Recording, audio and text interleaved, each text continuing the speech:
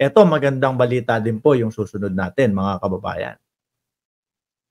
Pahiya po si Digong dito kay dating Pangulong Duterte. Ay, ano ba yun? Gabi na kasi, pahiya po si Digong dito, mga kababayan, sa ating Pangulo. O bakit po ba? Ayan, oh. Talumpati sa... Ito, mga bossing, oh.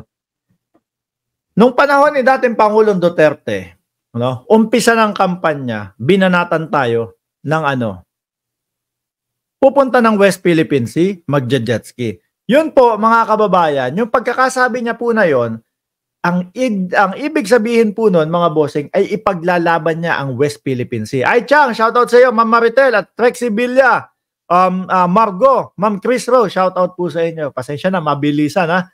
Kasi in 1 hour, nakaschedule yung massage natin. Oh, hindi ho ako si Kibuloy. May bayad po yung pagpapamasahe. Hindi po alay yon, ha? Oh, may bayad po 'yon. Oh. Noong panahon ng kampanya, mga bossing, si dating Pangulong Duterte nabanggit niya nga. Oh, magje-jet ski ako papunta sa West Philippine Sea. So, isa po 'yan, mga kababayan, indikasyon nung siya ay nangangampanya na ipaglalaban ang West Philippine Sea po para sa mamamayang Pilipino. Dahil po, yan naman po ang ipinaglaban ng ating mga bayani ho no? Ang mamatay ng dahil sa lupang sinilangan natin, ang mamatay ng dahil sa Pilipinas. So ngayon, mga bossing, madami ang kumagat dyan. Madami ang napaniwala po, mga kababayan, no? Ng dating Pangulong Duterte. Pati ho ako, mga bossing, no? Yun nga lang mga bossing, pag-upong-pag-upo, sakto naman ng pagkapanalo. Nung on-close natin, papel yan, papel, panalo na yan. No? Ihahayag mo na lang yan. At kapag ka nalaman ng buong mundo yan, yung mga kapitbahay natin, pati po yung mga ibang bansa, madali na pong makuha yung suporta. Kaya lang hindi po nangyari, mga bossing. Hindi po nangyari. At kabaliktaran po yung mga nangyari. Problema pa natin, mga kababayan, ang dating presidente ng Pilipinas na si Pangulong Digong, kumbaga, lang. Kumbaga, parang tipo bang, sige, wala na lang. Tuloy na lang natin kung ano yung napag-usapan. Bawal i-repair yung BRP Sierra Madre, bawal, etc., etc., etc. Sa madaling salita po, sumunod lang ang dating Pangulong Duterte sa gusto ng China, mga bossing. Ang Pangulo po natin ngayon, mga kababayan, hindi po papayag. No?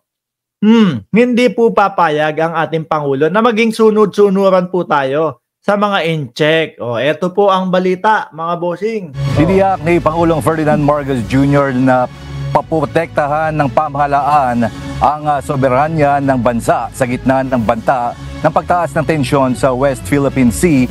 Sandali! Ano yung sinasabi nila? Na weak ang ating presidente? Umpisa pa lang po ng eleksyon. Nagsusumigaw na sila. Naku, si Bongbong Marcos, weak yan Mahina yan. Ibig sabihin ng weak, duwag, malambot, malamya, at takot. No? Ako po, mga bossing,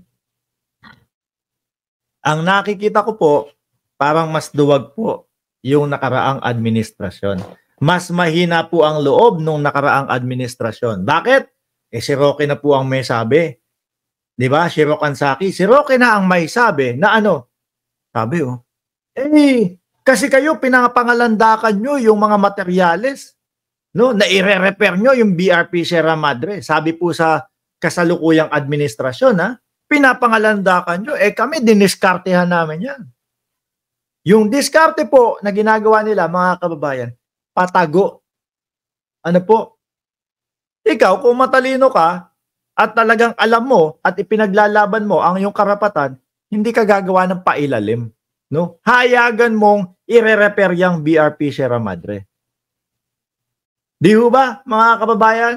Hayagan mo, ipapakita mo sa kanila, i-repair namin to kasi sa amin to at ito ang bantay namin sa West Philippine Sea. Pinagmalaki pa po ni Roque yun. No? Wala kayo, kulang kayo sa diskarte. Di ba?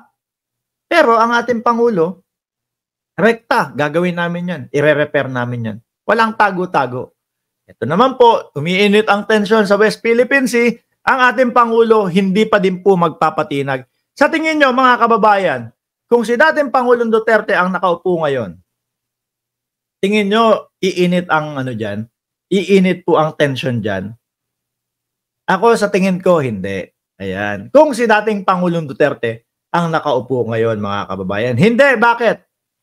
Kasi susunod lang ang dating Pangulong Duterte doon sa sasabihin ng China. Ano po? Kagaya na lang nung mga nangyari nung panahon na sila ay nakaupo po. Malamang walang tensyon dyan. Malamang walang mainit dyan. Kaya lang malamang wala na din tayong isla dyan. Di ba? Maisog sa mga maliliit at sa mga tumutuligsa sa gawain.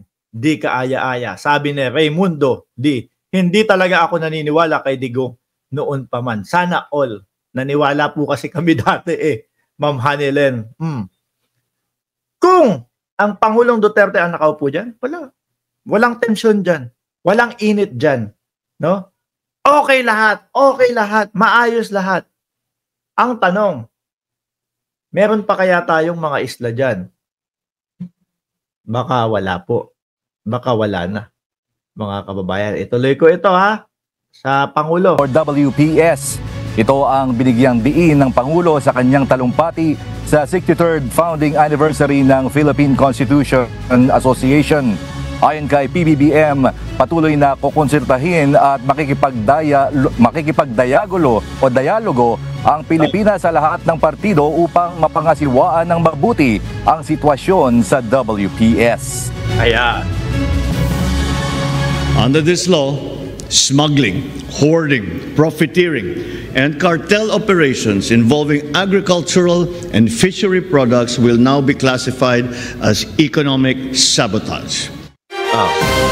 Yun yun ang mahinang Pangulo para ho sa kanila. Pero para po sa atin, mga kababayan, na nakikita ang galaw-galaw at sitwasyon ng politika nung sila ay nakaupo at sila ay hindi na nakaupo at bago na po ang presidente, magkalayo po. Para po sa akin, mga kababayan, ang weak o ang mahina po yung mga presidente na wala pong ginawa, 6 na taon, wala lang, hinayaan lang, na makubkob yung ating, ito na si Boss Mike. Hinayaan lang ni Digong, magkaganon yung West Philippine Sea, kaya po ngayon, mga kababayan, ang hirap ng bawiin, mga bossing. Nandiyan si Boss Mike Cervera, ko dito, tampo ako. Hindi ako inaya, mga kababayan. Kasama, mga DDS, hoy! Yuhu! Mga DDS, anak ng tinapa. Baliktad Doon sa ibang channel, panay kayo comment. Dito sa channel ko, kayo pa hinahanap ko, anak ng tinapa. Kayo pa ang pinagko-comment ko. Baliktad Mga DDS, unti-unti nang nawawala, nalalagas yung mga supporter ninyo. Ayan si Boss Mike Cervera, kasama si Pebbles Talakera, at kasama si Madam Ellie. Sino kaya ang susunod dyan, mga kababayan? Sino kaya ang susunod sa kanila? Nag-aaway-away na daw po Yung iba, dahil wala na, tapos na si Kibuloy. Wala na, iniwan na din po. Ayun, naandoon na. Nasa ibang ibang kandidato na. Diba?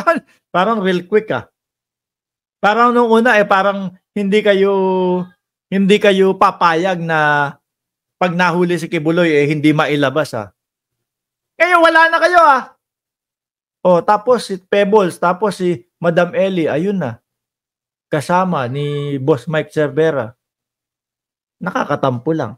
Hindi man lang, Mark, gusto mo ba sumama? Hindi Pero ako pa din po ang ninong nung magiging anak ni Boss Mike Cervera. Congrats nga po natin at paki-ano na din, subscribe yan si Boss Mike Cervera, mga kababayan. Congrats na natin. Tapos, i-subscribe nyo na din po, mga bossing. Eto nga, sa pangatlong topic naman po natin, 1,500 viewers, ay nako. No?